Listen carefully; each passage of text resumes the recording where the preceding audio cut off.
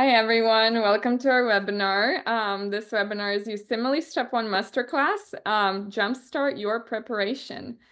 And thank you all for being here. My name is Alina Hill. I'm a resident in general surgery, and I am joined by Coco. Hey, thanks. My name's Coco. I'm a resident in urology in Philadelphia. So excited you guys are here and look forward to sharing with you.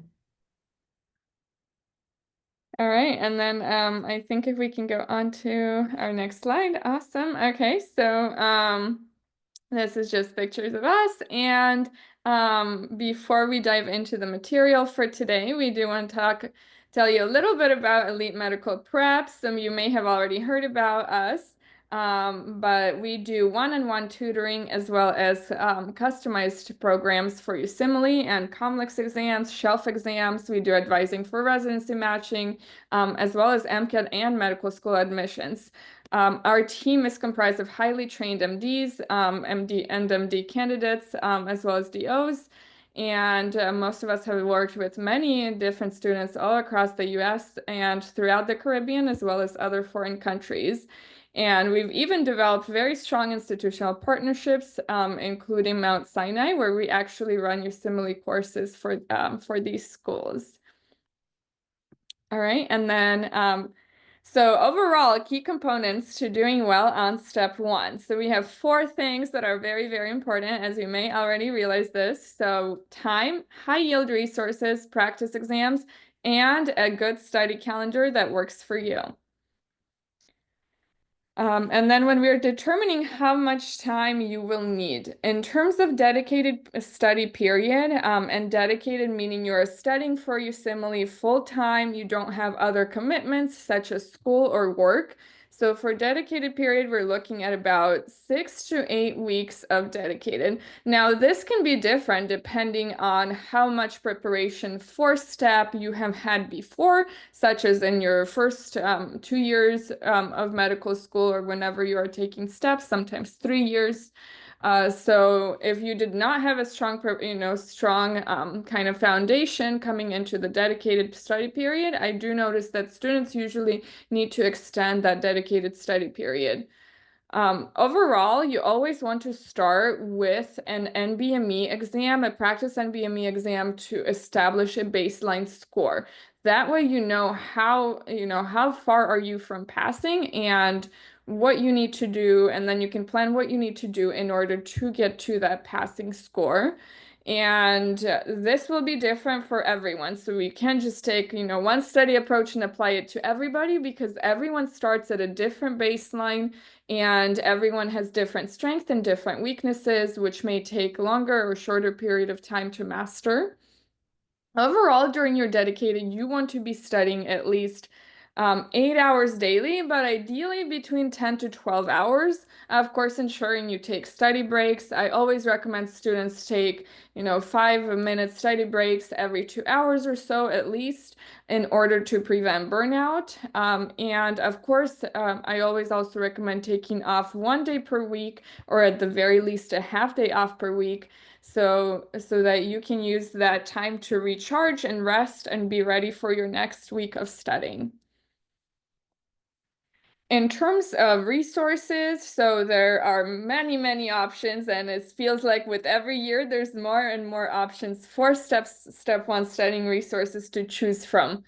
Overall, it can be very easy to get lost in the amount of resources. And one of the biggest mistakes I actually see medical students make is trying to go through a lot of different resources or always switching between resources. And generally, that actually leads to having to either push back step one, or just overall not being able to master the material as well as you need to in order to pass. So my advice is always picking 3, maximum 4 resources that work really, really well for you and sticking to those. One of those resources should be a question bank. As you probably already know, UWorld's the gold standard, but there is also an option to do AMBUS as well. I believe there's other question banks. Overall, I generally recommend students do UWorld, especially during their dedicated study period. And then picking maybe a resource or two that are like video resources, such as Boards and Beyond, Online Med, Sketchy, Pixroys, Pathoma. So you will notice that essentially all of the resources, they have the same information. It's just displayed to you in different ways. So it's really important to find out which of those ways works for you and then sticking with those resources rather than trying to switch them or trying to go through every single one. Because at that point, it becomes kind of about just check marking that you've gone through the resource rather than mastering the material. And that won't really be able to move your score forward. And then, of course, first aid and the gold standard textbook for step one. Always great to use this as a reference rather than sitting there and reading front to back, reading it front to back or reading pages and pages of it. So using it in reference in terms of, say, you're going through a video resource.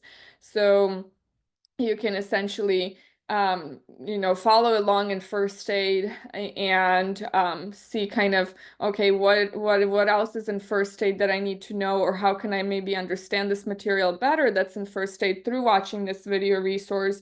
Or also always when you're doing questions, I always recommend using the PDF version for this because you can kind of quickly search. There's even add-ons that you can do for UWorld on Chrome and things like that, where they will essentially lead you to the correct page of first aid for each of those questions. So that's really, really useful to reference that when you're doing questions, especially for the questions that you're missing. And I always recommend students incorporate spaced repetition. This is actually one of the most proven study techniques that we have in literature. So active recall and spaced repetition, those you need those to do well. So things that you can use for that, you can use Anki for that, as you may have already heard about. Maybe you're already using these. UWorld also has their own version of being able to make flashcards, so you can use the UWorld flashcard software if you prefer that better. I think we can go on to the next slide. So overall, as you probably heard me echo throughout, we always want to prioritize active learning over passive learning. So active learning is essentially anything where you are in some way, shape, or form testing yourself. So whether you're testing yourself through questions, or you're testing yourself through flashcards, or you're trying to recall the information and make a diagram about it, or trying to tell your friend about it, or you can even kind of teach it out loud to yourself, and that will really expose what knowledge gaps you have in that particular topic. And I love this diagram because it really tells you kind of how much you can retain with each study technique. So as you see the diagram kind of getting thinner towards the top, so it's a triangle. So things like reading and videos, when done passively, you don't really retain much from that, maybe about 10 to 20% or so. And as the diagram goes down, it's more and more retention. So things like questions, things like, Anki, with those techniques, you're retaining about 70 to 80% of the information you're learning. So that is a lot more effective in order to master and retain this information versus reading, like we said, reading many pages of first aid or, watching videos. Don't get me wrong, it's totally fine and good to watch videos for your very first exposure of the material. But then subsequently after that, you really want to make every other pass of that material be some form of active review. So that's through questions and through Anki, or other flashcards. All right, I think you can go on. Oh, Coco, I think you're muted. Oh man, Yeah. 5 years into COVID and I still forgot to unmute. Part of that active learning, though, as I was saying while unmuted, is practice exams. And practice exams are absolutely 1,000% a key to your success on step one. Again, it's that active learning, that recall. But the other nice thing about practice exams is that they kind of help set you up to know, what are my weaknesses and what are my strengths? What do I need to be looking at and working on? And what do I feel like, I need to continue reviewing, but I have down a bit more. It also can help set you up for the testing environment. And so we always recommend 1,000% as well that your practice exams are taken in the most test-like environment that you can create. So whether that means you go to a separate room in your house in a different spot and you take the practice exam there under testing conditions, or whether you go to the library and take the test there under testing conditions, we absolutely want you to feel like you're doing the same thing that you'll be doing on test day. I've even had students who tell me they eat the same breakfast and the same lunch when they're doing their practice exam, just to make sure that they're training themselves that, hey, I've done this before on a practice exam and I can do it again when test day does come. We recommend NBME and UWorld exams as kind of the best practice exams to go over. And we recommend that you take at least 3 practice exams. Honestly, if you have enough time, it can be great to take them all. And I understand that it can be painful to take them all as well. One practice exam can start as your baseline, as we already mentioned. So that's kind of first day of studying. You take a practice exam, you know where you are so that you can also know where you're headed. And then at least 2 additional exams prior to test day. I would feel better if it's even 3 or 4. And with those, I'd love to see at least one goal score over 68%. But most of the time, we really prefer having 2 goal scores over 68%. This, one, tells you that you're ready to walk into test day, but 2, it gives you the confidence so that when you're there on test day and you're thinking, oh my gosh, I'm failing this, there's no doubt in my mind that I have failed this.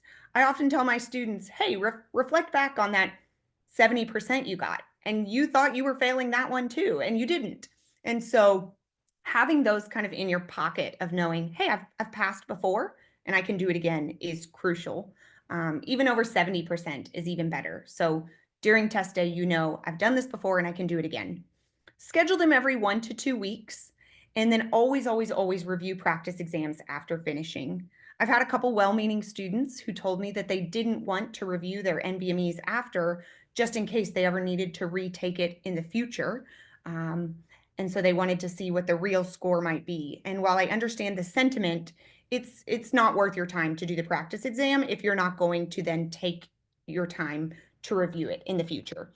So I would say that reviewing the practice exam is just as important as taking it. Now, we shouldn't spread it out all week to review it. It should be reviewed in one day, and it should be reviewed thoroughly and well in that one day. But reviewing it is going to be just as critical to taking the exam. Along with those practice exams, you'll want to build a calendar. I think a calendar is another huge key to success, so that you kind of know what you're doing. Oftentimes, when I meet with students, we'll spend up to an hour working on a calendar. And so it should be something that's flexible and changing. When we're working together, we'll change the calendar every week sometimes. But nonetheless, a calendar is important for making sure, again, that you have a goal in mind, you know where you're headed, and you know where you're going. We recommend a daily question goal of 80 to probably 120 questions if possible. At the beginning of your study period, it certainly might be less. And then as you get closer and closer to test day and preparing to take 7 blocks of 40 questions in a row, you might find that it's much easier to get in those 2 or 3 blocks in a day. At the beginning of your calendar, we also want you to assign days for topical review. So you can see in this example calendar here on the right, there's cardio, and then there's POEM, and then there's endocrine. Depending on the length of time that you have, you might have a couple of days for review versus a full week. I know there are really high yield things like cardio and POEM that might deserve our attention for an entire week. And then smaller things like Hem-Onc might be just a few days. We've already mentioned it, but your practice exams should absolutely be built into your calendar. And then you should also build a review day following those practice exams. Life happens as well. So we get it. You might spend hours and hours building the perfect calendar, but the reality is we don't have a crystal ball to know what the future holds. And so make sure that you build in catch-up days, because I also don't want you to feel like you're drowning or totally behind and life happens one day and your car breaks down, or you have to go to the doctor, or you have to help a friend with something, and you're not able to get everything done in one day. I want you to know that, hey, I don't have to cram in 2 days worth of stuff the next day. You can know, hey, I did build in a catch-up day for this because I know things happen. And that way you don't feel quite so overwhelmed with the amount of things you have to do as your schedule changes and as life does occur for you. At the very end of your calendar, after a couple of weeks, we recommend making sure you have some time for incorrect questions, meaning you've already done your subject review or your topical review at the beginning of your study period. And towards the end, you can then focus on the incorrect questions for your Q bank that you might know you already need some extra help on. EMP has a couple of different options to help you build a step one study calendar. And again, don't be limited by these options. I think they're absolutely great starting places, and then you can tailor it and adapt it to what you need. So there's a 6-week option and a 10-week option. Both are pretty similar in what they cover, in that they'll both cover a certain topic for a few days and then recommend practice tests about once a week or once every 2 weeks. They'll build in a review day, and then they'll build in time off as well. They'll recommend some video review time along with those topical studies when you're looking at questions. So you might do 40 questions of cardiology in the morning, and then in the afternoon, you might try and get in an hour of cardiology videos, regardless of what video service or YouTube you might use, cardiac videos, to make sure you're getting that repetition of the same topic. But one's just spread out a little bit longer than the other, depending on how much time you have. But when you're building a calendar, the very first thing you want to do is set your test date. So you want to know, I need to take it by August. So then you work backwards and you know, hey, I've got 10 weeks to get this done. Or maybe you'd say, hey, I've got 5 weeks, or perhaps you've got 20 weeks. So you'll start with the test date first. From there, as we've already talked about, you'll schedule your 3 practice exams, at least, if not more, throughout your study period. And that day 1 will be your baseline exam, and day 2 will be reviewing that exam. From your baseline exam, then you can focus on the topics that are highest yield for you, meaning the topics that you got the lowest score in on that initial baseline exam. Like we already talked about, I jumped ahead of myself, but we want to break up the remaining days by organ system. So a good example here is that if we have week 1, you've got what you're doing in the day, what you're doing in the evening, and then you'll break it up: cardio, pulm, endo, and then the next week you might jump to renal, neuro, and psych. We do recommend putting your key topics in your weaker areas up front. You can look at your UWorld percentage scores if you've been using UWorld throughout your school study sessions, as kind of a good marker for what might be your weaker areas. But again, make sure that as you're thoroughly reviewing that initial practice exam, that can be a great way to figure out what's weaker for you as well. Now, we must be careful. Just because you put those weaker areas up front doesn't mean that we should forget about them. So you should absolutely make sure they're incorporated to the end of your study schedule as well. But as this is a dynamic schedule that should be changing as you're studying, as you're taking practice exams, you can sometimes kind of build those in as you see your practice exam scores fluctuate. Again, we've talked about prioritizing active learning. Reading can be good, and videos can be really easy to do because you just get to sit there and you kind of veg out.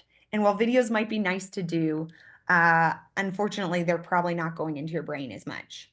Podcasts as well. I love a good podcast. I personally used podcasts, but I would use them when I was doing something else. So if I'm doing the dishes or if I'm going for a run, I might get a podcast in. But to just sit and listen to a podcast, I hate to break it to you, but you're probably going to fall asleep. And so that's why something like our Q banks or our Anki reviews are going to be crucial to your calendar as well. Always review your questions right after you're completing them. So sometimes I'll have students and they'll do 40 questions in the morning and they really feel like they want to make sure they meet their 80 question goal, and they don't have time to review the 40 questions later on, so they just get another 40 questions in. And then the next day they might do the same thing and they feel like they're not able to review it. And so 3 days later, they might find themselves trying to cram in reviewing the 40 questions that they did 3 days ago. The problem with this is that you've likely forgotten the questions that you've already done. And so it takes you twice as long to review the questions because you're having to reread them once again. So make sure that once you do a block of 40 questions, with the exception of practice tests, once you do a block of 40 questions, go ahead and review those questions to make sure that they're fresh on your mind and you don't have to spend any extra time reviewing those questions, reminding yourself what it was actually about. And I know there are some people out there who are night owls, and I cannot identify with you because I do love the early morning. But your best mental energy is the first half of the day. And even if you love nights, I am fully convinced that it's really hard to get in high quality studying at midnight or 1 or 2 in the morning. And so I always encourage my students to try to study earlier in the day and especially make sure they get in that active learning earlier in the day rather than later, even if they promise me they're a night owl. Just because I think that the best mental energy really does come from that first half of the day after you've woken up and are kind of ready to go. With that, I leave you, and I'm ready for some questions and answers.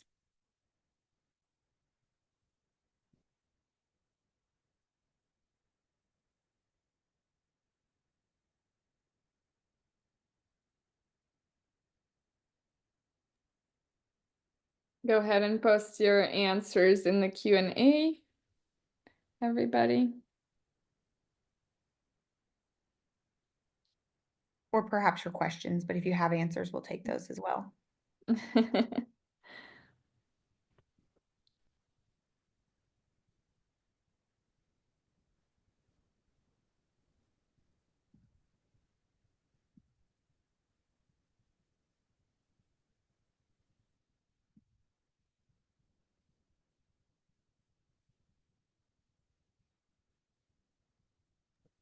All right, looks like we got a couple.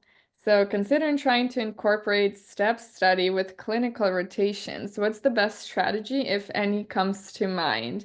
I do have a few suggestions for this. And, actually, I will tell you, surgical residency taught me how to study on rotations because we sometimes work about 80 hours a week, and then we still have an in-service board exam every year that we need to study for. So personally, what I do that I find really, really useful is really planning ahead.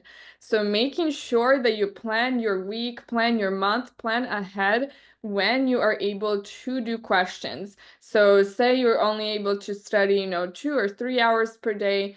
Okay, make sure you're planning what are you doing during those 2 or 3 hours. How long are you going to be doing questions for? How many questions can you do during that time? How many Anki cards are you doing, or are you doing some content review?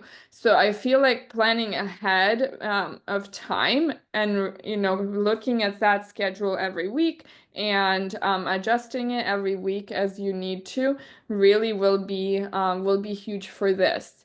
With that said, make sure you do still take that dedicated study time right before step for, at least 6 to 8 weeks. Um, so that's super, super important. I don't know, it's incredibly difficult to be able to take step if you are on clinical rotations. So usually most students end up taking a dedicated study period, but it's certainly a great idea to be studying for it for a while alongside your rotations. Coco, I don't know if you have any other suggestions for this. No, I think that's great. And honestly, reminiscent of what we just discussed as well, in that a key to step one success is to have a study schedule, whether that means you're on clinical rotations or not. But I do think with the schedule, there's a tricky bit of always being flexible too. So you should have a plan, and then you should be able to deviate from that plan as well. Because I suspect we both have learned that residency also has taught us that you never know what time you're going to leave the hospital. Mm-hmm. And you may be certain you're leaving early that day. And as soon as you're certain you're leaving early, you're leaving late, I'm pretty sure. And so making sure that you can be flexible when it comes to your schedule as well, and not becoming discouraged. So just because you didn't get done yesterday what you wanted to get done doesn't mean you shouldn't get done today what you want to get done. Yeah, I absolutely agree with that. That's wonderful advice. And then one thing you can do, I mean, this may be a little difficult, but I'm kind of a crazy person too who loves mornings. So sometimes I would even wake up as early as 3 a.m. To try to get studying done before I have to go into the hospital and be there by 5 a.m. or something like that. So it is kind of a crazy approach, but then I know, I have already done my studying for the day. So if I do end up not getting home till like 8, great, I can just, take a shower and go to sleep. Yeah. And we know it's crazy, but Hmm. Yeah. it's life. I also see a question. Are you ready to move on to the next one? Yeah, yeah, absolutely. Let's Great. do it. I see a question that says, I have a week basis. Can I prepare for step one in 6 months? This is a tricky question. And the best answer I can give is, I don't know for sure. I think we'd need things to kind of help us best direct you in what does a week basis mean? Have you ever studied for step one before? What does your prior study experience look like? Many students in the US do spend their first 2 years studying for basically essentially studying for step one, in that their preclinical courses are Mhm. geared towards their step one studying. But that doesn't mean that it couldn't be done in 6 months necessarily. So I think looking at things like a practice exam score and knowing your previous experience would help us best know if step one can be prepared for in 6 months. But I will say, I think 6 months is a good chunk of time as well to prepare for step one. Yeah, I totally agree with that. And that also depends. Is it 6 months of just dedicated study time, or do you have other responsibilities at this time? Are you working? Are you in school? So that can also make it, you may need to do longer if you do have other responsibilities. But yeah, I totally agree with having a baseline practice exam and seeing kind of how much do you need to improve. All right. How do I do questions first thing in the morning if I haven't? It's not easy. So it will take some getting used to. And, if you're not a morning person, I always suggest one great thing you can do to try to become a morning person is just get up 15 or 20 minutes earlier every day until you do end up getting up at the time that you want to get up. Um, and doing it kind of extremely, being, getting up at 8 and then suddenly getting up at 5 usually will lead to discouragement and will make you tired. But if you do it gradually, just 10 or 20 minutes earlier every day, your body may not even notice it as much, and it's going to be a lot easier to be able to do these things in the morning. That's kind of my best suggestion for that. I don't know if Coco, do you have anything else? I agree. I think that's a great suggestion. We have both admitted that we're morning people, and so we get it. It is hard for people who are not morning people. But I do think there's research and data kind of behind the idea that studying is best done in the morning. Obviously, if evening's the only time you have because you're in clinic, then you do what you got to do. But no, I think that's great. Thanks. Mhm. The next question says, studied them yet? Like I have the habit of watching video first and then read and then head to questions. I'm guessing this is meaning, should I continue with this pattern, given that we're recommending doing questions first at the earliest part of the day? Maybe we're asking, this question's asking, should I watch the video first and then start doing my questions? And I think for the beginning of your studying, this is a great way to do it, in that starting with a video and then you have questions to do after the video makes a lot of sense to kind of prepare you for those questions. As you get further and deeper into your studying, you'll find that, as we mentioned, those kind of passive learning things of videos are less helpful and questions are more helpful. And so if you're early on in your study period and you feel like you still really need that video enforcement, then I think it's okay to start with a video first and then head to questions. But as you get further on in your studying, I would recommend that questions do take priority over those videos. I absolutely agree with that. It can be hard to try to do questions on something you've never learned before.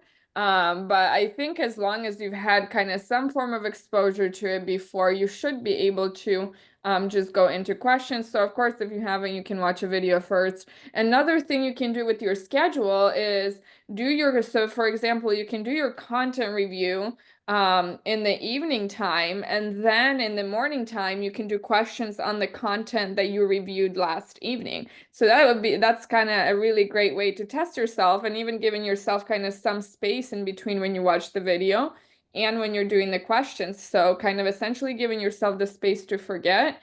So that actually makes learning more effective when we kind of do this at spaced intervals rather than trying to cram in a topic all at once. All right, and then we have, I am an older graduate out of studying for a long time. What advice, tips, or strategy would you advise to tackle step one exam? I have certainly worked with quite a few, graduates international medical graduates who have graduated and trying to take the exam.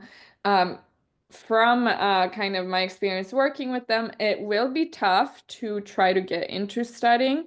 So it will be an adjustment. I would say the most important thing is not to be discouraged and expect it. If you kind of expect it to be hard, you're kind of coming in um, with that mindset, okay, this is going to be hard, but I can do it. I can push through this.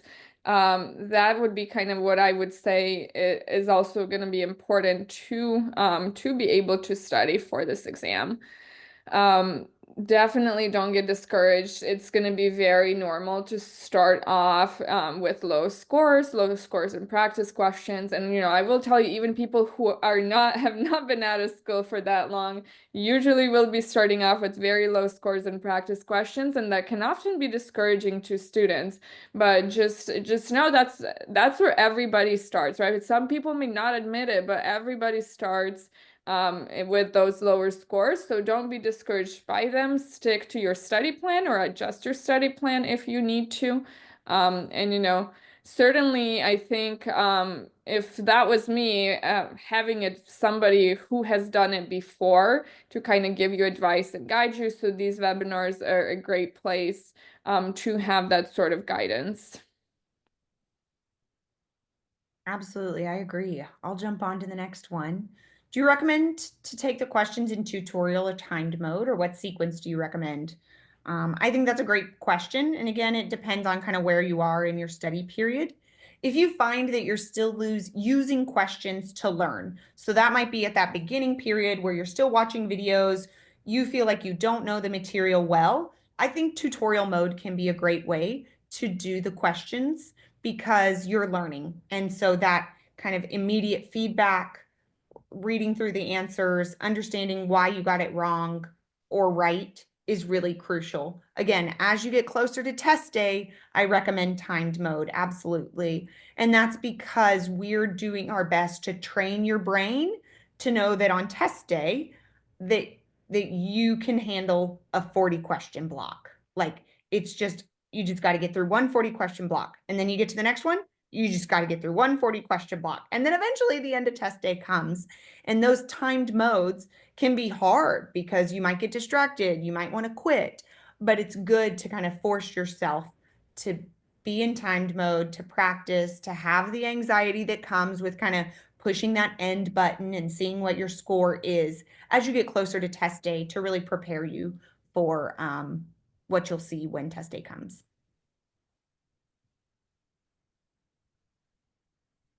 All right. And what should I expect from one-on-one tutoring? How often should sessions be spread out to be beneficial? My exam scheduled for the end of the month of April. Um, so this is a wonderful question. So things that you can expect. So we design a study schedule for you based on your weaknesses and where you are in your studying and based on your timeline.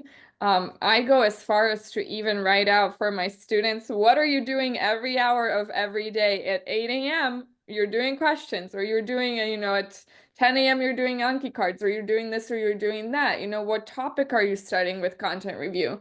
Um, so we go pretty detailed in making sure that you have a schedule that is working for you, that's designed for you, because like we talked about earlier, it's not one size fits all. And then we always adjust that schedule based on your progress. So whenever students take a practice exam or just overall looking at their progress in the question bank, I'll often adjust their schedule to incorporate things, that areas that they're doing weaker in, and have some sort of way of addressing that during their study days. Aside from that, of course, we go through questions together, things that we can also point out in questions that you're not really going to get from explanations is certain test taking techniques, or other ways to approach questions that, again, may not really be evident in an explanation. Overall, just assessing your readiness for exam, I think, is something students benefit from a lot, because I can often have students, am I ready? When should I be taking this? Should I be pushing it back? How far should I be pushing it back? So a tutor would be able to help you with all of that and figuring out when you should be taking it, and if you need to be postponing it. I will tell you, in the past, I have had to painfully tell students, I'm sorry, you need to push it back because you're not ready, because I'd rather them push it back than go and fail and have a red flag on their application, right? That makes it a lot more difficult to match. And other things are keeping you accountable, keeping you motivated, going over concepts that are difficult for you or your weaker areas. We even have our own question bank at Elite Medical Prep that is written by the tutors and goes through a lot of review process, and we can use those questions in tutoring to address your weaker topics. So a lot of benefits. I mean, honestly, looking back, I wish I had a tutor when I was a medical student. I think it's not even something I was really aware that that was the thing. But I can really see how much easier my life would have been if I had somebody to help me with that, who's experienced and who really knows what they're doing. Yeah, absolutely. I'll jump in on this one too, because I Hmm. agree. I love Yeah. getting to tutor. And so I also love the question, because tutoring is something that's actually brought me a lot of joy and excitement as well. And so I agree. A calendar for me is super important. We spend a ton of time on planning what a student will do. And I think that's really important for making sure that just the 1.5 hours or that we meet each week or however often that might be is valuable for even more than just that 1.5 hours, because it means that the rest of your studying is kind of targeted, planned, and the best tailored studying. I always tell people I want quality studying over quantity. I want quantity too, but making sure that we have that really high quality studying is important. And then we review concepts, we kind of game plan things. I'll help students kind of navigate even admin, or figuring out somebody at one time needed to take a leave of absence and figuring out how they might do that. So that's been a neat thing. But I also think that one other thing I would add is a really cool mentorship that comes with it. One that I've really enjoyed providing. Match day was just a few days ago, and I sure loved getting to text old students and see where they ended up. And I was like, match day this year was so exciting for me. I didn't match, but I was thrilled to hear from other students, from my students, that we spent many hours together, kind of studying and preparing and planning for this moment. And so I think the mentorship that comes with it is also invaluable, and something that we're cheering you on through test day. And then I'm sure we're cheering you on after test day as well, when you're matching and celebrating. And so that's been really cool. I also see it says, how often should sessions be spread out to be beneficial?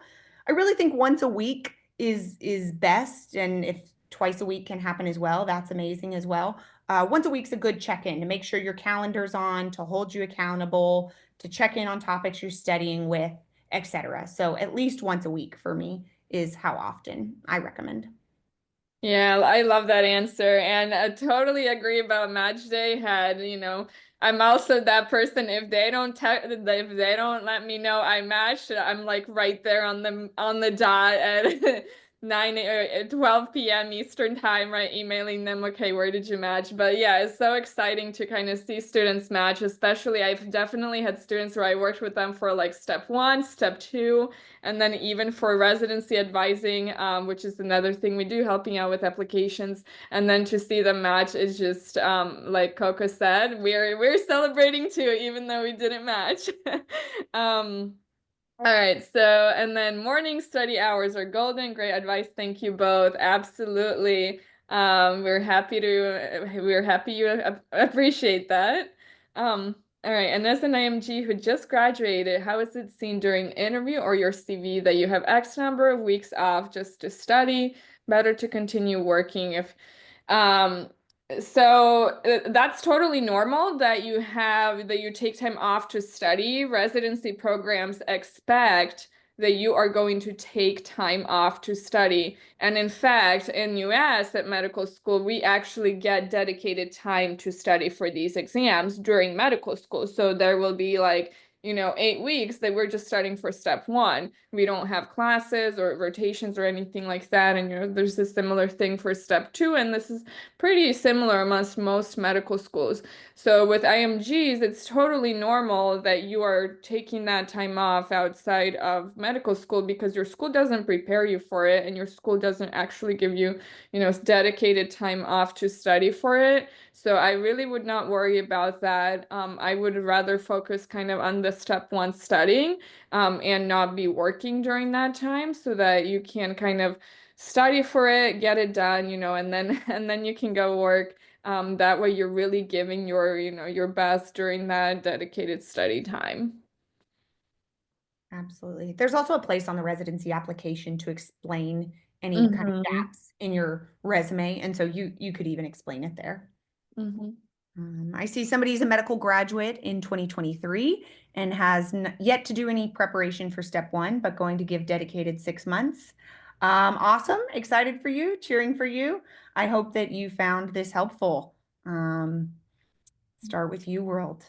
That's UWorld's the end all be all. UWorld and Anki, I think there's great data behind it. So good luck to you.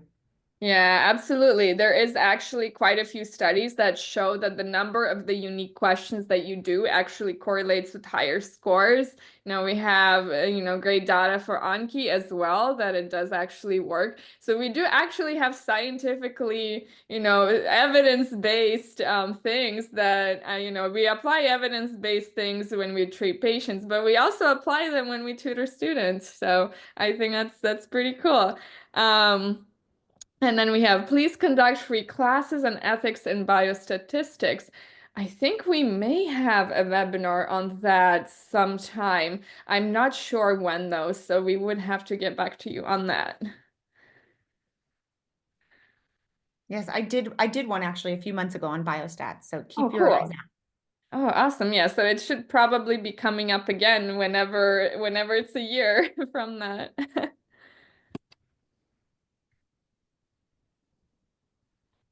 And then thoughts on mixed blocks versus organ specific questions. So I always recommend when you're just starting off studying, never studied for step one before, you want to do them by systems, the organ specific questions. And then usually kind of hopefully you can get through a couple passes of UWorld, so you can maybe do your first pass with the organ specific questions. Sometimes this is nice if you are a US medical student to be doing those questions kind of alongside your courses. So, Mhm. if you're covering endocrine, let's say, for a few weeks, well, maybe during those few weeks you work through the endocrine questions in your world. So I find that's a really great strategy to get through the question bank once before you actually are in your dedicated. Um, and then during your actual dedicated or during your second pass of UWorld, I would highly suggest doing them in mixed blocks because you definitely want to be preparing yourself for how you're going to see things on the test. And on the actual test, you're going to have to switch between different subjects with every question, right? So you want to make sure that your brain is prepared to be able to do that. Absolutely, I agree. I'll jump to the next one on what number of NBME practice tests are recommended and in what numerical order. As we mentioned earlier, I think 3 is the absolute bare minimum, but I would feel much more comfortable if one of my students testing with probably 5 or even I think there's 5 or 6. I just forgot. 5 under their belt. This also gives you the opportunity to kind of see your score go up, hopefully. So I recommend doing really as many as you possibly can. It's just great practice. And in my opinion, the closest question, I think UWorld questions are great for learning. They're very similar to USMLE exams, but the NBME practice tests are the closest we're going to get to what you'll see on test day, in my opinion. And so um, I'd recommend 5 if possible. And then I often have my students just take them in numerical order. So starting with 26 and then going to 31. I do make sure that they get 31 in just because that's the most recent exam that was released. And so it's the one that I expect to most reflect what questions will be tested on test day. Obviously, there's always curveballs on test day. There's always things that are unexpected. And USMLE is doing that intentionally to throw you for a loop. So when those curveballs come, when you think there's no way I ever saw this on an NBME or a UWorld, you probably did at some point, but they're here to throw you for a loop. And so I recommend kind of starting low and going high. Any other additions there? Yeah, no, I totally agree with that, and agree with kind of the newer exams being more reflective of what the test is like. There's also the free 120, so don't forget to do Mhm. that as well. They tend to generally renew that every couple of years or so, so it's kind of also usually quite reflective of what the test is like. At least that's what my students tell me. And yeah, remember, kind of going off the curveballs, remember that about 25% of the questions are actually experimental, but it does not tell you which questions are experimental.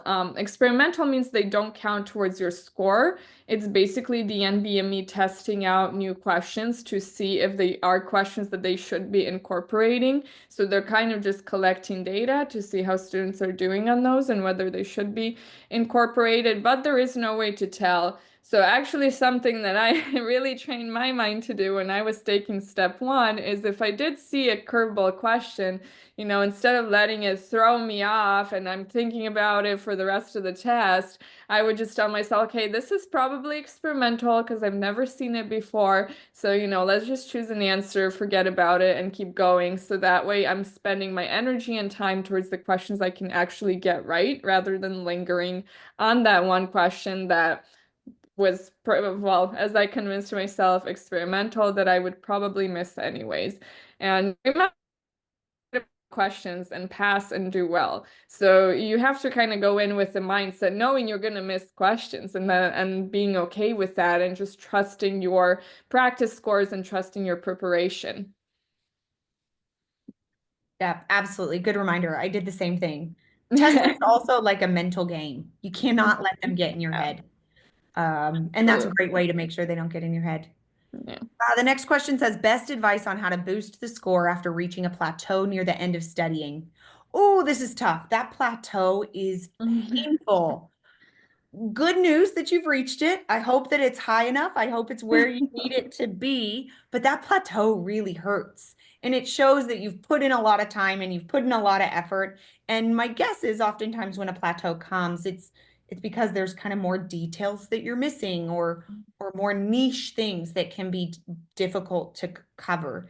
And so I think to boost your score with a plateau is to really examine your NBME scores, look at your UWorld, find out where your knowledge deficits might be and focus on those. And so there's always knowledge deficits that exist. I have knowledge deficits for sure. And so try to investigate where those knowledge deficits might be because that's going to be your best bet at kind of pushing that score and pushing past through that plateau. And then a gentle reminder that your studying is valuable because a plateau can feel really frustrating because you think, gosh, I've been putting in all this time and I'm still stuck in the same place. But being in the same place means that you haven't fallen behind, you haven't forgotten things. And so that's okay. And even if it's not showing up on test on your numerical score, you are learning more as if you're putting in the time, if you're getting that high quality studying in. So don't be discouraged because it will come. Sometimes I have students who they plateau for a month and then all of a sudden they jump. So keep up the work. Don't give up just because you find yourself in a plateau. I absolutely agree with all of that. Yeah, and remember, you boost your score by studying the things that you don't know, the things that are your weaknesses, right? Especially the high yield things that you don't know. So you really want to figure out what are those things that you're missing? What are those things that you're missing questions on? And also examine, is there maybe a test taking issue, maybe kind of a misinterpreting questions, or maybe is there a timing issue? So whatever the issue, the bigger issues are, you always want to do everything that you can to address that. Because sometimes it may not be knowledge, sometimes it may just be kind of test taking, and maybe you're just not reading the question in the most efficient way. And that's also something tutors can help you with a lot. So I usually actually have my students walk me through their thought process as we do questions so I can see and kind of point out exactly, okay, where are you going wrong in your thought process as you're going through this question? And what's a way that you can approach this type of question, or, even strategies you can apply to all the questions to really help you kind of use the question to lead yourself to the answer, because there are strategies like that. Um, and we have, is tutoring for free? Can I get tutoring if my English isn't very good? Um, Unfortunately, it is not for free in terms of the English. So USMLE does require good English skills. I myself, English is my third language, so definitely had to learn pretty good English before being able to go to medical school here and take USMLE. So I would suggest probably on focusing on that aspect first, and learning English really well, and then studying for USMLE after that. Yeah, I think that's great advice. Thanks for sharing. Mhm. Last cue for me, high quality studying. How can I improve my studying? I can put in 10 to 12 hours, but realistically only achieve 5 to 6 hours worth of work.